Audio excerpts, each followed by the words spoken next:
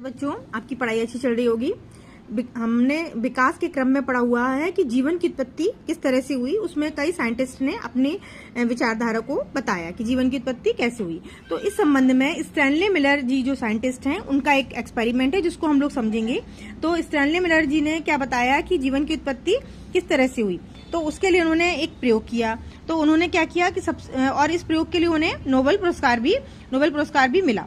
इन्होंने क्या किया कि एक उपकरण लिया, ठीक है, और उस नली में उन्होंने मीथेन, अमोनिया और हाइड्रोजन, इनका मिश्रण लगभग 2:1:2 के अनुपात में इसमें फ्लास्क में उसमें निरंतर उबाला।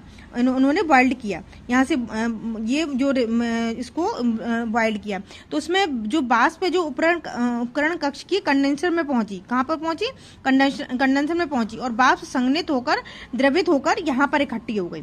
ठीक है, इन्होंने क्या किया कि देखिए यहाँ पर बॉइल्ड वाटर लगाया, ठीक है, और वाटर वेपर गई और इसमें ये मिश्रण को भरा मीथेन, अमोनिया और हाइड्रोजन का, और वातावरण जो इन्वायरमेंट है उसको करने के लिए उन्होंने इलेक्ट्रोड लगाए जो पॉजिटिव और नेगेटिव थे। ठीक है, अब वहाँ इलेक्ट्रिक स्पार्क का जो होता है, फिर उसमें जो कंडेंसर से निकलती हुई वो कहाँ पर गई हुई है, वहां पर इसके अंदर एक लाल कलर का पदार्थ निकला। उस पदार्थ में क्या था, इसमें एलेनिन, ग्लाइसिन और ग्लिसरीन, ठीक है, इसमें उन्होंने क्या देखा, एलेनिन, ग्लाइसिन और ग्लिसरीन, ये चीजें थी। तो इस प्रयोग में उन्होंने क्या प्रूफ किया, इन्होंने प्रयोग किया कि आज से 3-4 खरब वर्ष पूर्व जो पहले वाला एनवायरनमेंट था, वातावरण था, जिसको आद्य वातावरण कहते हैं, पृथ्वी की वाष्प बादलों और मीथेन, अमोनिया व हाइड्रोजन गैसों से बने वायुमंडल से घिरी हुई थी। बादलों में विद्युत प्रभाव के कारण अमीनो अम्लों व अन्य जटिल कार्बनिक पदार्थों का निर्माण हुआ। इस प्रकार बने कार्बनिक पदार्थ समुद्र से एकत्रित होने लगे, क्योंकि उस समय तक इनको क्षय करने वाले जीवों व बैक्टीरिया आदि का विकास नहीं हो पाया था।